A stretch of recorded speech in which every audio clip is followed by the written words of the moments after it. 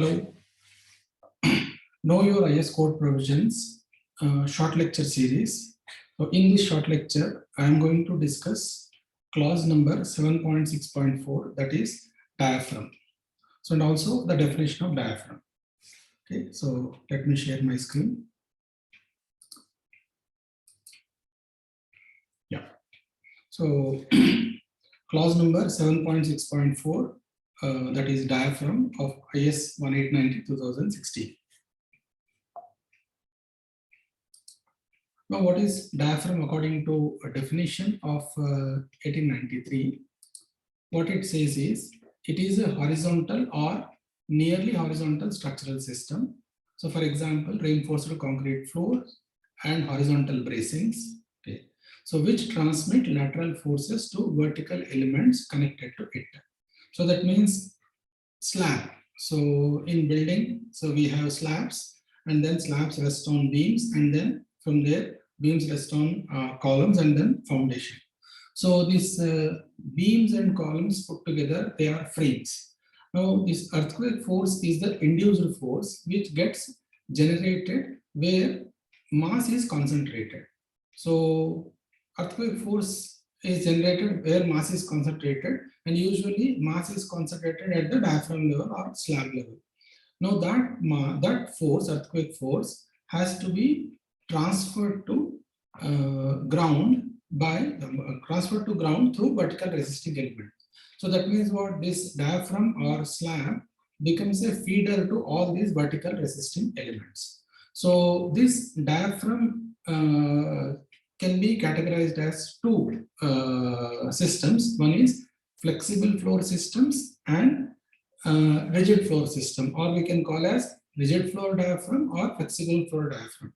So like codes define this, how can we demarcate this flexible floor diaphragm and rigid floor diaphragm. Now we'll go into that little later. Now what will happen if the floor is rigid floor, and what will happen if the floor is flexible floor?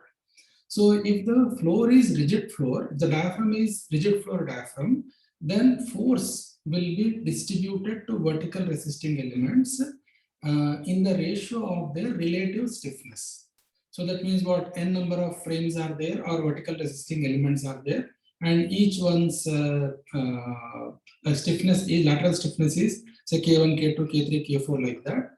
So force acting on frame 1 will be K1 divided by sigma K. So that is a relative force is proportional to relative stiffness.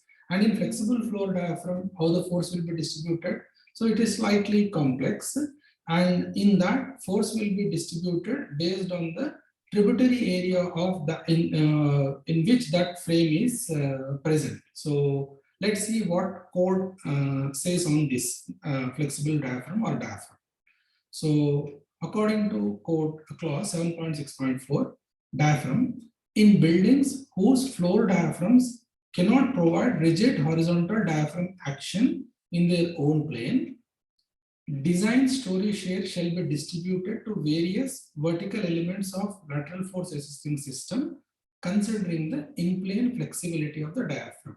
So now if say the floor is not able to provide the diaphragm action, so how the force is getting distributed? It is by considering the in-plane flexibility of that diaphragm. Now, a floor diaphragm shall be considered to be flexible. So, in what cases it is considered flexible?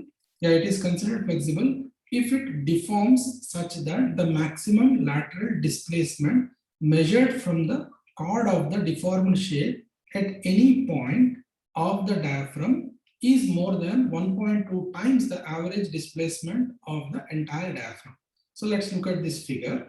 So this original, this dot line means dashed figure with dash is original diaphragm, and once the lateral load is applied, so one end displacement is delta 1, another end's displacement is delta 2. So what this definition says is, like, you calculate the average of the two displacements, so delta 1 plus delta 2 by 2, that is average. So if say the middle displacement is more than 20% of the average, then that diaphragm is considered to be flexible. And if it is flexible floor diaphragm, how the force is getting distributed? Force will get distributed by considering in-plane flexibility of the diaphragm. Now, usually reinforced concrete monolithic slab beam floors or those consisting of prefabricated or precast elements with reasonable reinforced screed concrete. So what is the meaning of this reasonable reinforced screed concrete? That is at least 50 mm on floors and so at least 75 mm on roof, and with at least minimum reinforcement of 6 mm bars spaced at 150 mm center to center. Now, two cases are there. One is reinforced concrete monolithic slab beam floors or prefabricated system. So with these conditions, okay, or screed concrete on the top. If the plan aspect ratio less than 3, then they are considered to be rigid diaphragm, means rigid floor diaphragm. So usually floors are rigid floor diaphragm only unless we have say large openings in it, or say this clause where average displacement, middle displacement is more than 20% of the, more than 1.120% of the average displacement. So then they are called as flexible floor. Otherwise, they are rigid floor. So in rigid floor diaphragm system, forces to the vertical elements will be distributed according to relative stiffness, and in flexible floor diaphragm, it will be distributed by considering the in-plane flexibility of the diaphragm. So that's all for now. So the intention of this short lecture is to help students and practicing engineers understand IS code provisions in a better manner. And following references are used for preparation of these slides. And I sincerely acknowledge my PhD students and master students in preparation of these slides. So thank you and have a nice day.